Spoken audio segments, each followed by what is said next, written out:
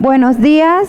Vamos a continuar con la ponencia Proyecto de controladores basado en la técnica de realimentación cuantitativa QFT por el doctor Job Ledesma, doctorado en Ingeniería Mecánica en el área de hidráulica y neumática en la Universidad Federal de Santa Catarina, Florianópolis, Brasil. Maestría en Ingeniería de Automatización y Sistemas. Licenciatura en Ingeniería Electromecánica en la Universidad Mayor de San Simón. Le damos la bienvenida.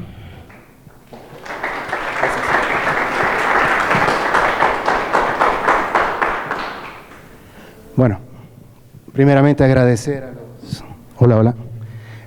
a los organizadores del evento y gracias por permitirme estar hoy. Creo que es mejor si... ¿Está grabando? Okay.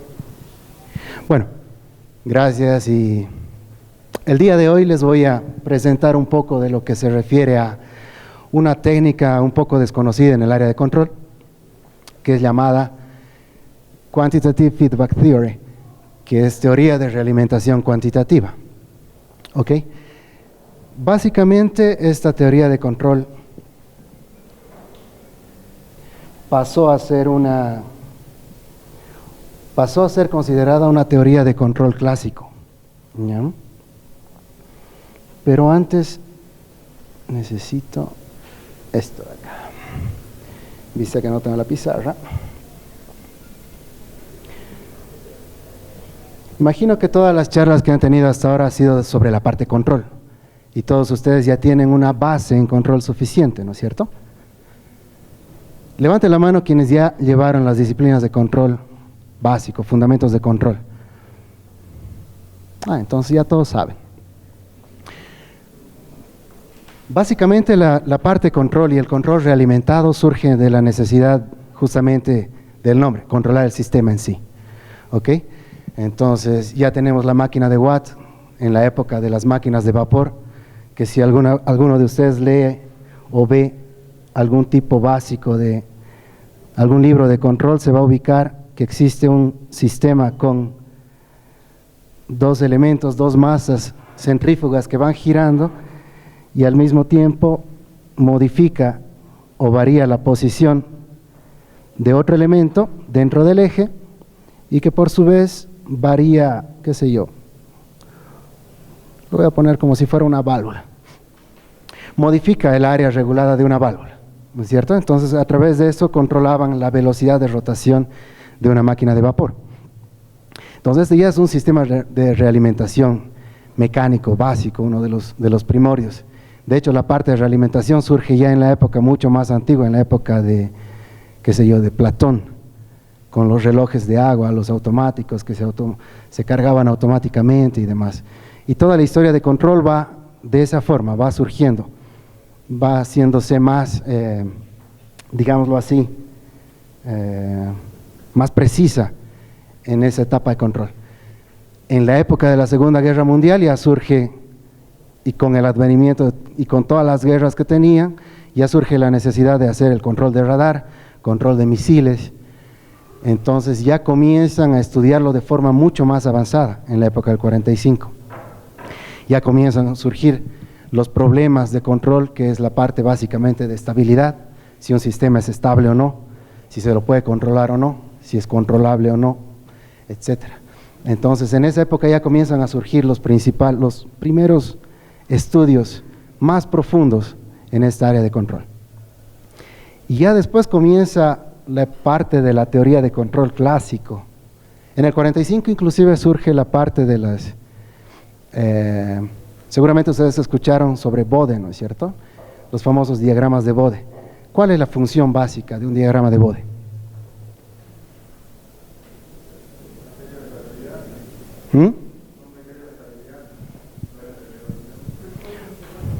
Análisis de respuesta de frecuencia. Puedes ver estabilidad también, pero basado en un estudio de frecuencia, ¿no es cierto? Bode en su época, junto con Black, en los laboratorios Bell, comenzaron a ver esta parte. Entonces, analizar cómo es que esta parte de realimentación influenciaba en la parte de las comunicaciones. De hecho, su diagrama de Bode surgió bajo esa necesidad, porque en la época sí se tenían unos cables de un diámetro bastante grueso, y por la caída de tensión que existía en grandes tramos, existía la necesidad de repetidoras cada cierto tiempo, ¿cierto? Y a medida que se enviaba una señal en el inicio, al final, en el punto final, existía una distorsión bastante elevada de lo que es cualquier señal enviada, digamos. Si estaba hablando o estaba comunicándose, la señal al final quedaba totalmente con ruido. Y ahí surgió el tema de los decibeles. ¿Saben por qué es decibel y qué significa? ¿Por qué se utiliza decibel como una unidad, por ejemplo, de medida de ruido, de sonido? ¿Y por qué se lo utiliza también en control y en otras áreas? El decibelio surge como una forma en ingeniería de más o menos, bueno, a ver, si no me equivoco, el decibelio es, si estoy equivocado me corrigen, ¿ok?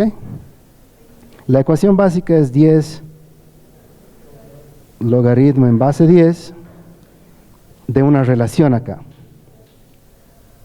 Una cuestión así.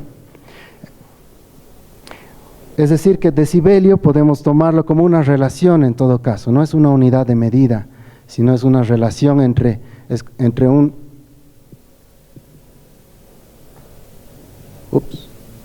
es una relación entre dos magnitudes, vamos a llamarlo así. Entonces imagínense, vamos a comparar, qué sé yo, naranja lima con naranja normal, y la podemos poner en escala de decibelios igual. Entonces, en esa época surgió lo que es una comparación de energías. Establecemos, qué sé yo, acá la potencia de la señal, acá una potencia del ruido, o energía ruido, la comparamos, sacamos el logaritmo, y en base a eso nos sacamos una escala en decibelios. El hecho de que tengamos una escala logarítmica nos servía nos sirve para que ya no lo analicemos en escalas tan grandes, sino en números más pequeños, 20 dB, 6 dB, 5 dB, 3 dB, etc. Por ejemplo, 3 dB es como si multiplicáramos por 2 la señal o el número. 10 dB ya es por 10 y así va. Entonces el dB nos hacía más o menos, nos simplifica ese proceso. Es como llevar una ecuación diferencial al dominio de Laplace, para poder analizarlo en Laplace, hacer toda la parte de control en Laplace y luego volver de nuevo al dominio del tiempo para analizar cómo está la respuesta. Son como que herramientas matemáticas que nos sirven para simplificar el proceso, ¿no es cierto? En este caso los decibeles iba por ese lado. Entonces cuando Bode analizó e hizo sus gráficos de frecuencia, magnitud, fase, ¿no es cierto? Fase, frecuencia, magnitud, frecuencia y demás, analizó que había un cierto decaimiento en las señales, ¿no es cierto? Y ellos lo comenzaron a graficar, ya sea en escala la normal o en dBs. En este caso la usaron más en dBs. Y de ahí viene todo ese análisis de Bode, de realimentación también, analizando cómo es que un proceso o un sistema realimentado se comportaba, ¿no es cierto? Si tenía un decaimiento de 20 dB, 40 dB, que ustedes ya lo deben saber de memoria, pero tal vez no saben el porqué de esa cuestión, ¿no es cierto? Entonces ya en esa época se analizaba toda esta parte del control y cómo se lo llevaba a la frecuencia para analizar mejor, por ejemplo, qué es lo que pasaba cuando se enviaba una señal. Si nosotros teníamos acá nuestra planta y enviábamos una señal de entrada, ¿cómo es que la señal de salida se comportaba? Si teníamos tal vez acá una señal así grande y debido a la parte de la planta y algunos filtros y demás teníamos alguna atenuación, la salida se comportaba así. Entonces, como eran señales sinoidales, lo mejor era analizarla en frecuencia y de esta forma, en estos gráficos, se conseguía percibir cómo es que a determinada frecuencia mi señal acompañaba o no mi entrada. Entonces simplificaba mucho esta parte del análisis. ¿Ya? Y de ahí surge ya toda la parte de teoría de control clásico, análisis en frecuencia, funciones de transferencia. Llega la época del 60 y pasamos a la teoría de control moderno, que viene potenciado con el uso de variables de estado y todas las demás matrices, que ustedes también ya seguramente la vieron bien, ¿cierto? Entonces, en ese lapso entre 1960 más o menos, 70, antes casi terminando toda la parte de teoría de control clásico y pasando para la teoría de control moderno con el uso de variables de estado y matrices de estado, surgió una técnica que mezclaba toda esta parte de análisis de Bode más el Nyquist, que en el Nyquist ustedes hacen un análisis también de estabilidad, ¿no es cierto? Con unos gráficos bien bonitos, interesantes, corazoncitos, caracoles, no sé, una cuestión así, ¿cierto? Etcétera, etcétera. Y uno ya comenzaba a analizar la parte de estabilidad, la parte de márgenes de fase, márgenes de ganancia, etcétera. Lo que hace el señor que se llama, no, me traiciona. Lo que hace el señor llamado, bueno, mi letra es Pele, pero bueno, Horowitz. Este es el creador de la técnica QFT. ¿Qué es lo que hace Horowitz? Mezcla estas dos, mezcla el Bode y el análisis de Nyquist en un gráfico más común, no más común, sino que conjunciona los dos, llamado diagrama de Nichols.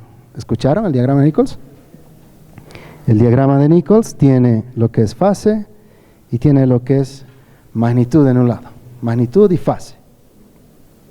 Y aquí entonces la fase se va positivo, la fase es negativas, etcétera, y acá las ganancias, ¿no es cierto? Entonces lo que hace este señor básicamente es decir, ¿por qué no juntar este análisis de frecuencia en Bode y de Nyquist, meterlo en Nichols, pero adicionalmente incluir un efecto interesante que era la parte control robusto? ¿Ya escucharon hablar de control robusto alguna vez? ¿De qué se trata? Un control que también sea apto a situaciones externas, por ejemplo, que siga manteniendo estable en diferentes situaciones. Ya, excelente. ¿Qué técnicas ustedes implementarían, por ejemplo, en un sistema de control de temperatura con una resistencia de calentamiento? Imagínense por un momento que imagínense este cuarto acá, este volumen, y tenemos resistencias de calentamiento cada cierto lapso de tiempo, ¿no es cierto? O cada cierta distancia. El objetivo es controlar la temperatura acá, a través solamente del calentamiento de la resistencia. Si lo hacemos por la parte de control clásico, manipulando un PID, lo vamos a hacer sencillamente, también es fácil. Es un sistema de primera orden, bastante sencillo, ¿no es cierto? El comportamiento es bastante bien comportado, es conservativo. Pero ¿qué pasa el momento que la resistencia, por el efecto de andarse calentando y enfriando, pierde ese grado de resistividad, vamos a decir así? Pierde su valor de resistencia, cambia en el tiempo. Ahí su PID va a comenzar a controlarlo también de una cierta forma. Pero va a llegar un punto en el que tal vez ya no lo llegue a controlar tan bien. Va a llegar un punto en el que ustedes le cambien la referencia, cambien el set point, qué sé yo, de 20 grados a 25, lo cambien a 35, bastante rápido, pero su controlador ya no va a poder mantener esa misma performance, ese mismo desempeño en el tiempo. O sea, de hecho lo va a controlar, sí, pero ya no con la misma cadencia, ¿no es cierto? ¿Se entiende esa parte? Por efecto de la mudanza de ese valor del parámetro, va a comenzar, su desempeño ya no va a ser, digamos, si antes calentaba en 5 minutos, ahora va a calentar en 15, y se nota. El PID va a continuar haciendo su trabajo, va a continuar controlando su sistema, pero ya no con el desempeño requerido. Entonces ahí surge un inconveniente. ¿Qué técnicas podríamos utilizar para pasarnos de ese problema? Salirnos.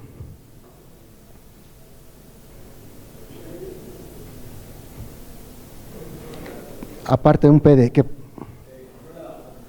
Control adaptativo, excelente. ¿Y qué es lo que hace el control adaptativo?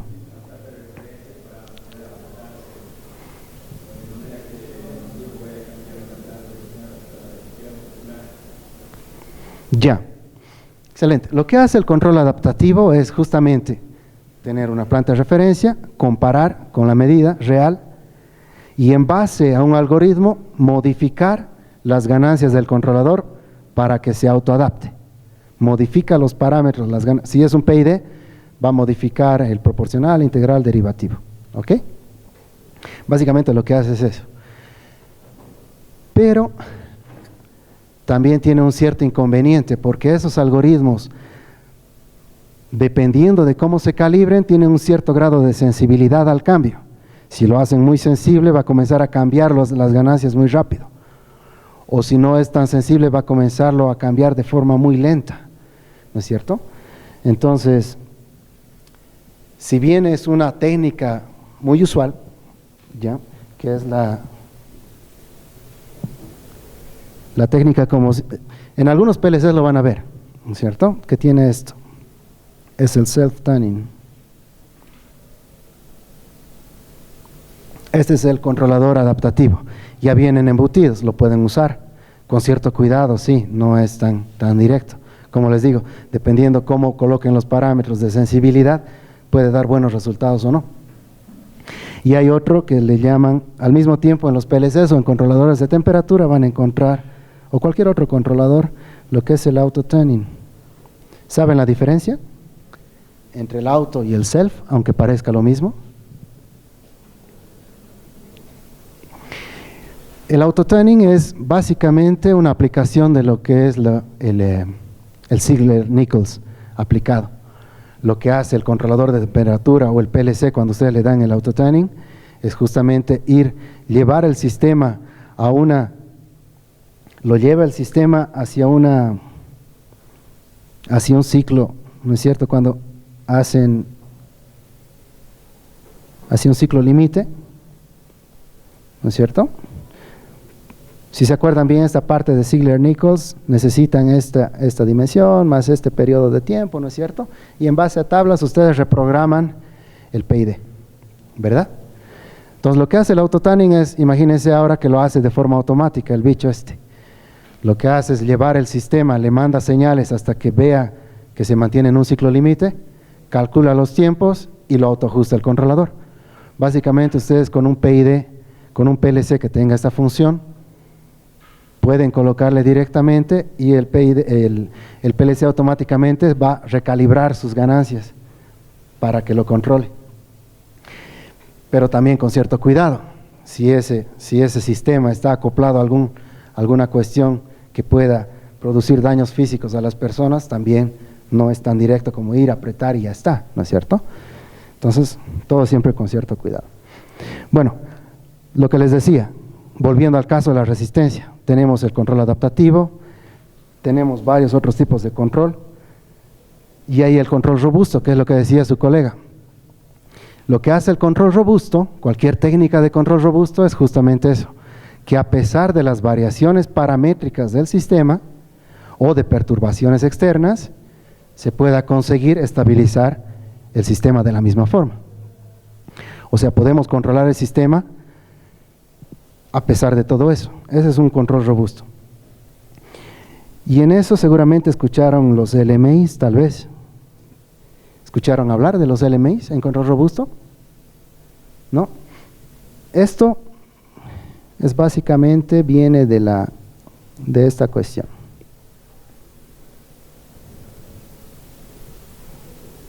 ¿Ya?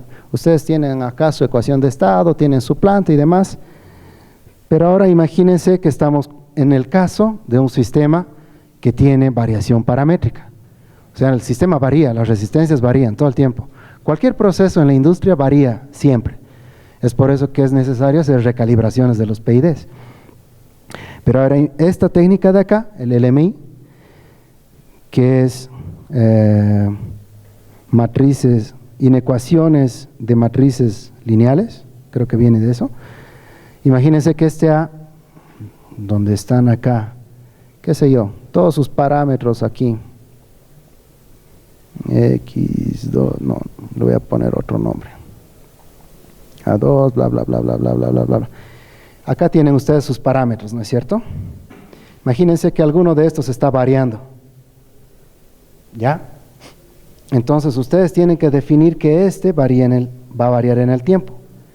En el LMI lo que se hace básicamente es algo así, decir, este parámetro va a tener una variación entre un menos epsilon y un más epsilon, este otro también, variaciones pequeñas.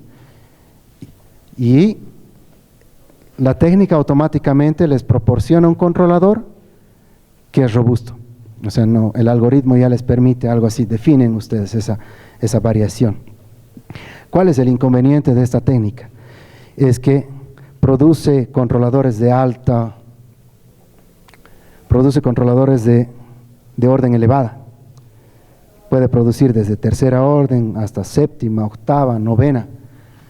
¿Qué implica tener un controlador de orden elevada cuando se pone a la práctica?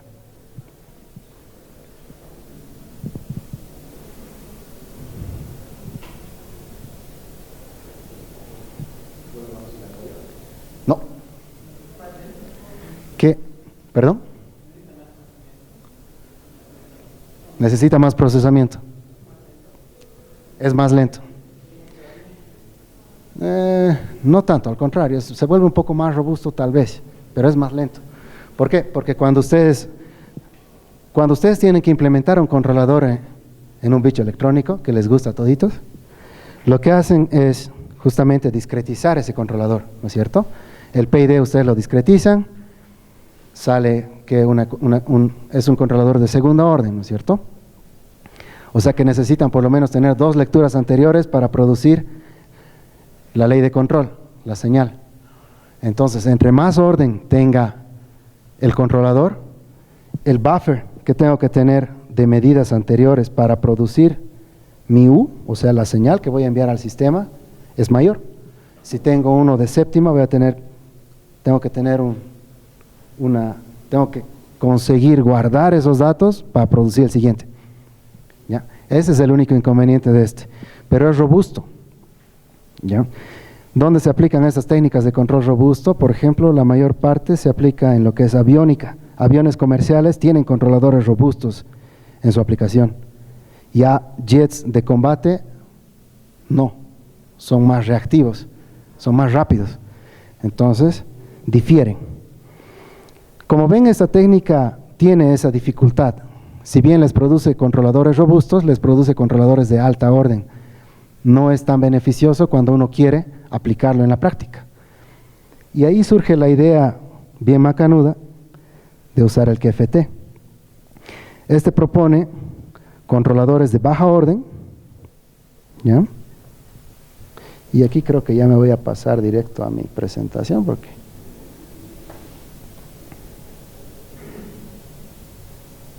produce controladores de baja orden, produce controladores robustos. Ustedes pueden definir entre qué parámetros más o menos se van a modificar o entre qué valores se van a modificar los parámetros. Esa incerteza paramétrica es conocida en cierto punto, o sea, una resistencia no va a variar, pues si es de 20 ohmios no va a variar de 0 ohmios hasta 20.000 ohmios, ¿no es cierto? Variará entre 15 a 22, etcétera. O sea, ustedes conocerían esa incerteza paramétrica y la podrían incluir en el proyecto de controlador. Lo que esta técnica ofrece es justamente eso. Tenemos la planta, tenemos la parte de la incerteza, esto nos define la robustez. Y aparte, a diferencia de un controlador PID, por ejemplo, donde no tenemos acceso a controlar en qué tiempo se va a estabilizar el sistema. nosotros encontramos las mejores ganancias para que lo haga en el menor tiempo posible, eso sí, pero nunca le decimos quiero que en 2 segundos exactos tú te posiciones en ese punto. ¿Y con qué controlador voy a conseguir eso? Entonces, en esa diferencia tenemos esta parte también de especificaciones de desempeño. Son los dos, conjunción ambas partes. ¿Ya? Y la técnica produce tanto el prefiltro como un controlador, que les voy a explicar ahora.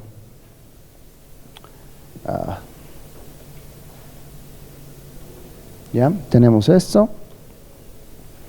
Fue creado por el profesor Isaac Horowitz en el 59 y está basado en la técnica de Bode, en el análisis frecuencial. ¿Ok? El QFT está basado en este diagrama de bloques común, simple, fácil, donde tenemos que la parte de la referencia, ¿no es cierto? El prefiltro, controlador, la planta, las perturbaciones antes de la planta, perturbaciones después de la planta, la salida, el ruido y el sensor. ¿Alguien puede decirme por qué se llama un sistema de 2 grados de libertad? ¿Qué es el nombre que tiene? Es porque tenemos la posibilidad, nosotros tenemos dominio. Sí, a veces me excito con las explicaciones. Perdón. Tenemos la parte del prefiltro y tenemos la parte del controlador, ¿no es cierto? Entonces tenemos esos 2 grados, modificamos los dos. Con el controlador mantenemos la parte de las perturbaciones y toda la parte de lo que son rechazos a perturbaciones lo hace el controlador, siempre. El prefiltro lo que nos permite es mantener la performance, el desempeño. Si ustedes quieren que la resistencia o el sistema de calentamiento lo haga en 5 minutos, lo tiene que hacer en 5 minutos. Eso me lo define el prefiltro. ¿Ok? Entonces, en base a esto tenemos un montón de matemática interesante, que son las funciones de transferencia, que relaciona lo que es, por ejemplo, la referencia con la salida, perturbación con la salida, perturbación después de la planta con la salida, y lo que es el ruido con la salida, que es importante esta parte del ruido, porque los sensores siempre vienen y leen ruido. Cuando hacen la lectura de cualquier sensor van a ver que aparte de la señal va acompañado de ruido, ¿no es cierto? Entonces analizar esto es importante. Y lo mismo se hace con todo lo demás, que bueno, se van a perder la parte bonita, pero me voy a pasar directo. Esta parte es el procedimiento del proyecto de diseño de controladores basado en esta técnica. ¿Ya? Entonces tenemos lo que son las incertezas, las especificaciones de desempeño, nos creamos unos templates que les voy a explicar después, se pasa a hacer el loop shaping del controlador, el diseño del prefiltro, se lo valida después experimentalmente y se lo aplica industrialmente. ¿Ya? Entonces todos son 8 pasos. ¿Ya? Se da las especificaciones en el dominio del tiempo, se indica, yo quiero que mi sistema en 0,5 segundos se posicione, por ejemplo, ¿ya? Y que tenga este límite superior y este inferior. O sea, que a pesar de cualquier perturbación o de cualquier modificación paramétrica, siempre esté dentro de estos límites. Estos límites se los llevan a frecuencia. ¿Ya? Una vez analizados en frecuencia, se definen criterios de estabilidad, criterios de robustez y desempeño. ¿Ok? Por ejemplo, seguramente ustedes ya vieron lo que es control óptimo, LQR, LQG, definen desempeño, ¿no es cierto? Una función costo de energía, ¿no?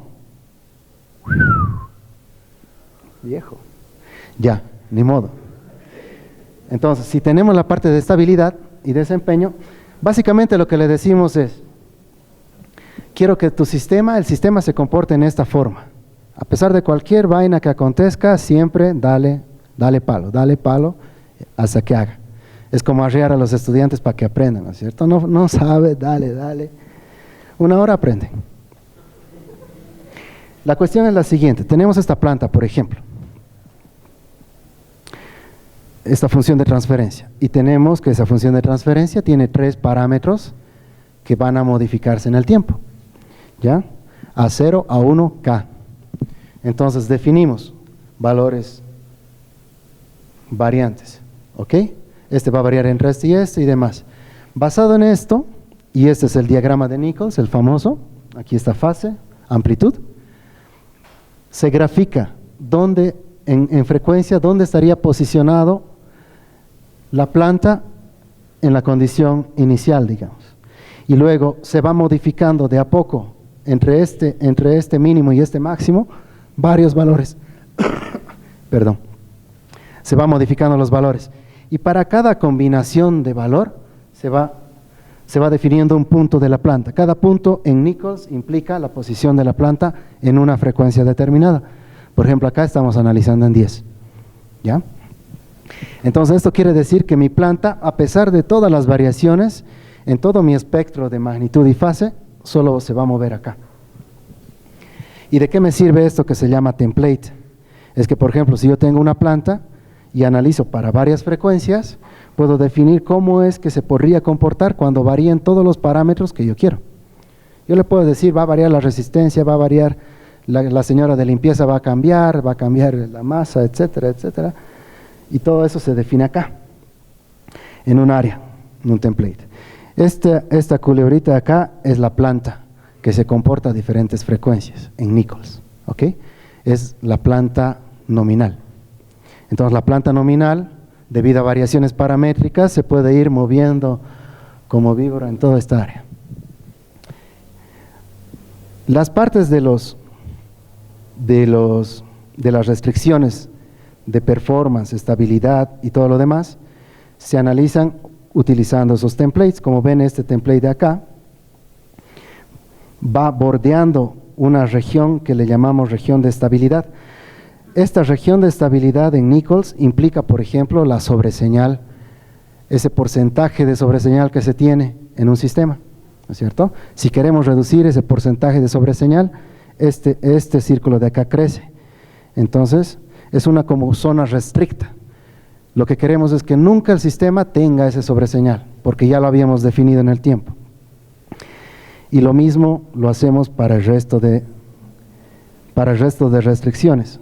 Rechazo a perturbaciones, seguimiento a trayectoria, etcétera, etcétera. ¿No es cierto? Ni modo, chicos, esto se los explico después en algún taller, no hay problema. Ya, entonces tenemos esto. Básicamente, ¿qué es lo que hace este bicho de acá? Gráficamente nos muestra todo lo que es rechazo a perturbación. O sea, si yo le puse, por ejemplo, restricciones en rechazo a perturbación, quiero que rechace lo más posible, quiero que sea estable en tal magnitud, en tal fase, y quiero que siga trayectorias de acuerdo al desempeño deseado, que era 0,5 segundos, si se acuerdan, ¿no es cierto? Una vez que se intersecten todos estos bounds, lo que se produce es una imagen así, y que si sobre esto, básicamente esto, tengo todos los bounds de trayectoria, rechazo a perturbaciones, etcétera, en uno solo, y lo conjunciono acá. Es decir, que toda vez que si yo tengo mi planta nominal acá, que es la inicial, como ven viene por colores, ¿no es cierto? Y este es el comportamiento de la planta de acuerdo a cada frecuencia, y cada color es una frecuencia. Para que mi planta consiga rechazar perturbaciones, seguir referencia, etcétera, etcétera, cada punto de estos de frecuencia tiene que estar por encima de estos contornos de restricción. Si está por encima, se garantiza que haga todo lo que yo quiera, y es robusto. Entonces, gráficamente lo que se hace es lo siguiente. Voy incorporando, por ejemplo, elementos de control acá. Todo esto, por si acaso, se lo hace en un toolbox.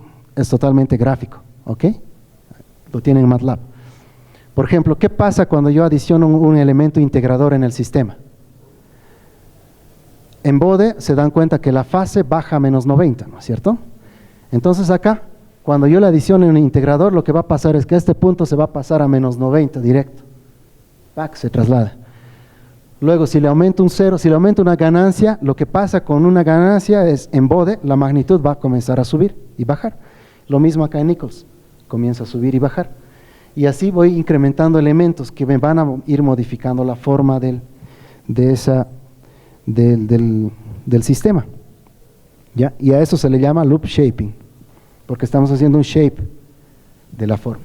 Cuando ya se adicionen todos estos elementos, como ven acá, la planta ya queda por encima de las restricciones y en teoría este controlador sería el que necesitamos implementar.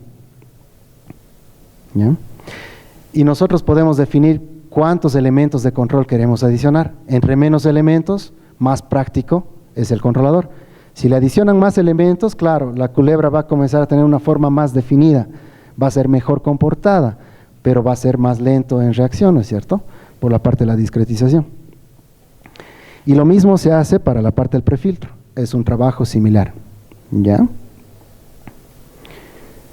Bueno, hay un ejemplo básico, yo lo utilicé en la parte de hidráulica, apliqué esta técnica para un control en hidráulica, basado en todas las ecuaciones, se definieron cuáles son todos los parámetros que van variando en el sistema hidráulico, ¿no es cierto? Desde lo que es ganancia de caudal presión, todo lo que es la parte de las masas, áreas, etcétera, etcétera, etcétera, ¿no es cierto? Y se definen también lo que son los comportamientos máximos y mínimos. Se produce a realizar lo que es el loop shaping, el mismo procedimiento anterior, se definen cuáles son las características deseadas, qué restricciones quiero implementar, y después se hace ya la implementación práctica y se definen y se observan que a pesar de posibles variaciones, los sistemas quedan dentro, ¿no es cierto? Y aquí se hacen modificaciones en lo que es la rigidez del resorte sobre la cual actúa, en este caso, el cilindro hidráulico. Se modificaron también varios otros parámetros y se percibe que a pesar de todos esos cambios, si ven, el comportamiento es igual en todos. El mismo tiempo de desempeño, las mismas características de rechazo, etc. Es una aplicación. Bueno, gracias.